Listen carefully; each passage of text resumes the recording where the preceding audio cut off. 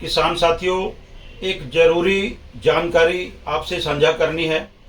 साथियों, जो खरीफ 2022 में जो आप लोगों ने बीमा प्रीमियम भरा था 31 जुलाई 2022 को, जिन किसानों की बैंकों में सीसी अकाउंट है, केसीसी है, उनसे वो बीमा premium agriculture insurance company automatic 31 जुलाई को काट लेती है। कुछ किसानों के जिनके बैंकों में लिमिटेड नहीं है, वो सीएससी सेंटर से अपना बीमा प्रीमियम भरते हैं। तो साथियों, आपने जो सीएससी सेंटर में खरीफ 2022 का बीमा प्रीमियम भरा था, उसमें से कई किसानों के दिसंबर 2022 में, जनवरी 2023 में वो बीमा प्रीमियम कंपनी ने वापस कर दिए थे, क्योंकि उस समय फसल बहुत ज़्यादा बर्बाद हुई थी। तो एक सोची समझी साजिश के तहत वो कंपनी ने बीमा प्रीमियम वापस किए थे। आप लोगों के सहयोग से आपकी अपनी जथेबंदी भारतीय किसान एकता बीकेआई उस समय लघु सचिवालय में पक्का मोर्चा लगाए बैठी थी, धरना चल रहा था। उस समय चलते आंदोलन में जब ये प्रीमियम वापस हो रहा था, तो हमने इस मुद्दे को जोर शोर से उठाया। आप लोगों को साथ लेकर हमारे उच्च अधिकारियों से, चंडीगढ़ से एग्रीकल्चर इंश्योरेंस कंपनी के अधिकारी भी आए थे, कृषि विभाग था, उपायुक्त महोदया, सबके बीच में मीटिंग हुई थी। और उस मीटिंग में उन्होंने माना था कि हम इसके कागजात फिजिकली लेकर और इनको चंडीगढ़ जमा कराएंगे, इन किसानों का जो बीमा क्लेम है दिया जाएगा। तो उसके चलते अब वह जो उस समय कागज इकट्ठे किए थे, उस कागजों को 14 फरवरी और 16 फरवरी 2023 को बाई हैंड कृषि विभाग के साथी वो चंडीगढ़ जमा करवा के आए थे, जिसमें आपने जो कागजात दिए थे।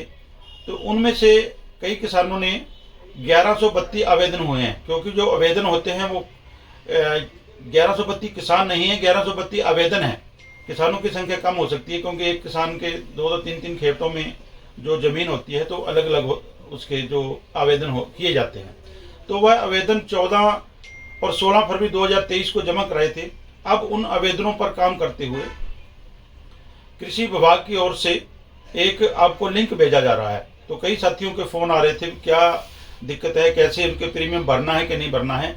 हम उन साथियों से अपील करते हैं जिनके मोबाइल में वह मैसेज आया है, उस मैसेज के आधार पर आप ऑनलाइन उसको प्रधानमंत्री फसल बीमा में खोल के वो आप जो जानकर किसान साथी है वो अपने मोबाइल से कर सकता है, नहीं तो अपने नज़दीकी सीएससी सेंटर पर जाकर उस बीमा प्रीमियम को भर सकते हैं। बीमा प्रीमियम भरने की तारीख 28